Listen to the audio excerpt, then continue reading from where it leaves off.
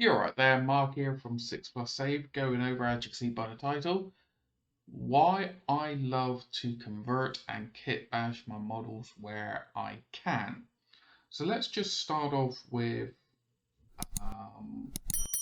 two of my biggest mindsets for why I do it. Now, one of them is making my models unique, that they don't look the same as my opponent that I'm playing against. So here's one prime example. The Primaris Apothecary. Now, a lot of you that play 40k will be aware of what the Primaris Apothecary looks like for the Space Marines. Because if you play Space Marines or you play against them, 9 times out of 10 they are going to have an Apothecary in there because they're such a useful model for the army. So this is my Primaris Apothecary for my Dark Angels. Okay? But I was like, with my Blades of Avalon, my Black Templar successor chapter, I wanted them to be unique to me, have the whole knightly order, the Blade Guard vets, and so forth, really work with it with the tabard. So, for me, this was quite a straightforward conversion, kitbash, easy build body. Then I had the Deathwing Apothecary upgrade on the backpack on his waist. Then I gave him the arm, trimmed it up a bit so I could fit the aggressor pauldron on. Then the sword that normally the Blade Guard vet has, had it swapped out for a chainsword. I was like, yeah, whatever. Should have really given him a pistol, but then I was like, wait a minute, his pistol's already there. Then I gave him an injured head. That was it. That's all I had to do. There was a little bit of sanding and filing to make sure it fit, but for me now, this Master of the Apothecary is very unique to me, and I showed it off on the Black Templar page, and it got some people's creative mindset going, which was amazing. I absolutely love it. So then here's one that hasn't been painted or anything. A lot of you Dark Angel players out there will know what this is.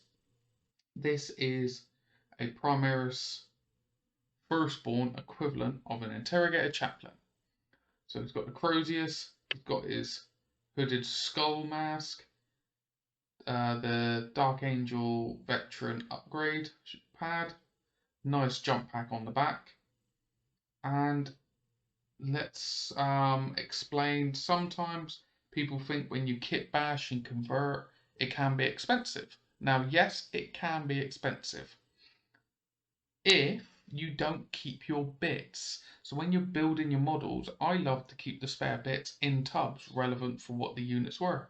Or I'd have weapons in a tub, arms in a tub, shoulder pads in a tub, accessories in a tub, because this cost me no extra than the body was a £5 on eBay. Okay, or you can find it for 5-6 quid on eBay, the Interrogated Chaplain from the Indominus set. The top of the Crozius, I had it already. The helmet already had.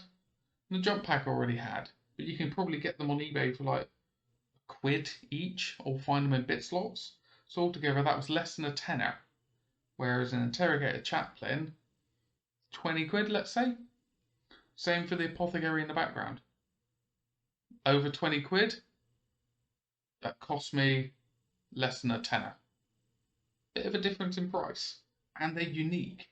They're special for me. Now, if we go on to like named characters, here is my equivalent to a Grandmaster Azrael. Okay, so he's converted out from the Interrogated Chaplain that had the Power Fist, gave him a combi plasma, gave him a sword, gave him a quite a stern looking head.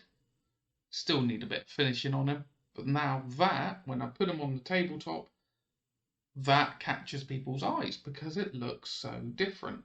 Just now realise there's a little bit of green I need to sort out. That's going to annoy me. But, you know, that's unique to me as well.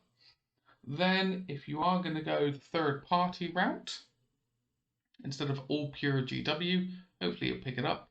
Here is my version of a Primaris Tech Marine, Master of the Forge. So that's the Indominus Lieutenant body.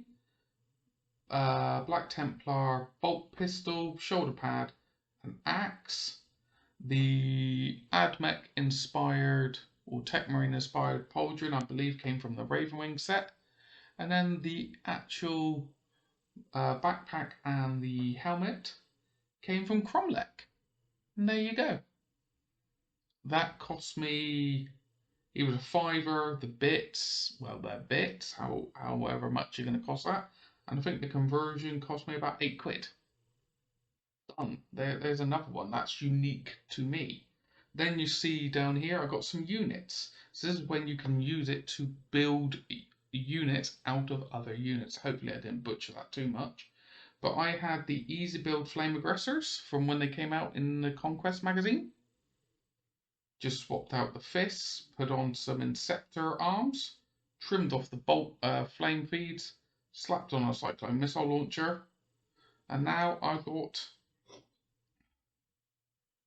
Bolt Storm Aggressors.